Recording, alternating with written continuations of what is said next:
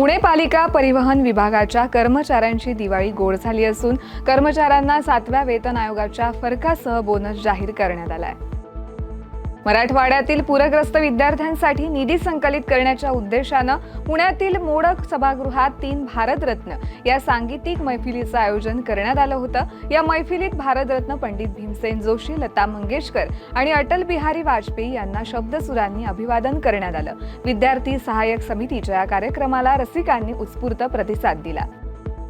पुणे महाराष्ट्र नवनिर्माण सेना आणि प्रल्हाद गवळी मित्र परिवाराच्या वतीनं निराधार आजी आजोबांसोबत दिवाळी साजरी करण्यात आली आहे। या उपक्रमाचं हे 5वं वर्ष असून दिवाळीचा आनंद साजरा करण्यासाठी निराधारांना फराळ, नवे पोशाख आणि आकाशकंदील देण्यात आले।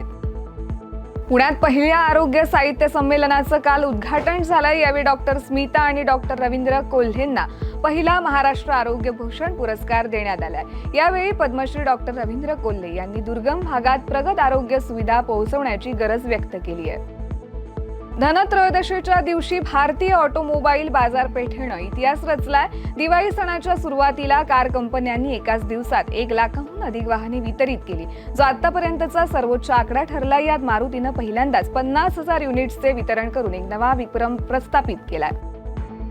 रविवारी अयोध्येत 9वा महादीपोत्सव साजरा करण्यात आला। या महोत्सवादरम्यान 2 गिनीज वर्ल्ड रेकॉर्ड प्रस्थापित झालेत। पहिल्या रेकॉर्डमध्ये 56 घाटांवर एकाच वेळी 26,17,215 दिवे लावण्यात आले, तर दुसऱ्या रेकॉर्डमध्ये 2,128 लोकांनी शरयू घाटावर महाआरती केली आहे।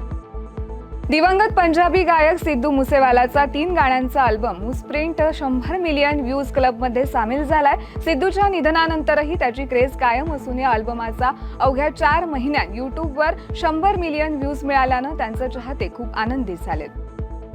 इंदूरच्या होळकर स्टेडियमवर झालेल्या इंग्लंड विरुद्धच्या सामन्यात स्मृती मानधनानं हाफ सेंचुरी केली आहे। तिनं यावर्षी 9व्यांदा 50च्या वर धावा केल्या। तसेच दीप्ती शर्मानेही एकदिवसीय क्रिकेटमध्ये 150 बळी पूर्ण केले असून महिला विश्वचषक 1000 धावा करणारी कर्णधार हरमनप्रीत दुसरी भारतीय ठरली आहे।